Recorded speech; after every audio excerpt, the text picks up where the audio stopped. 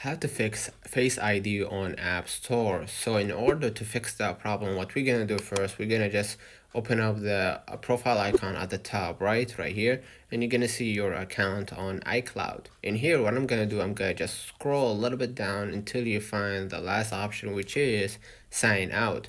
So we're gonna re-sign in again so we can see if this problem is fixed. If it doesn't, what you're gonna do next, you're gonna just go back to your screen and just go ahead to the settings. I'm gonna scroll a little bit down till I find the Face ID and passcode.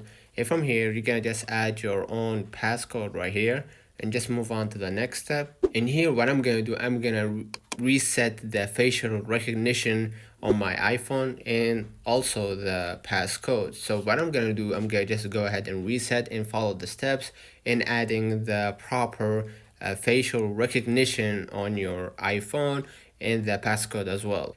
By adding or by redoing that again, that should fix your problem. If it doesn't, what you're gonna do, you're gonna just go back to the general settings, and here I'm gonna just go ahead to the general, just move on to the software update. Probably the reason why this is happening to you because you will need to update your own iPhone. As you can see, I have a new update. So what I'm gonna do in this case, I'm gonna just go ahead and update it right away so it doesn't cause any issues while I'm using App Store or using any other apps or facing some glitches. So basically, you gotta just go ahead and update now, and that should fix your problem. Let me know in the comments if this video helped you. Don't forget to like and subscribe, turn on the notification bell to receive every video I upload. Thank you for watching.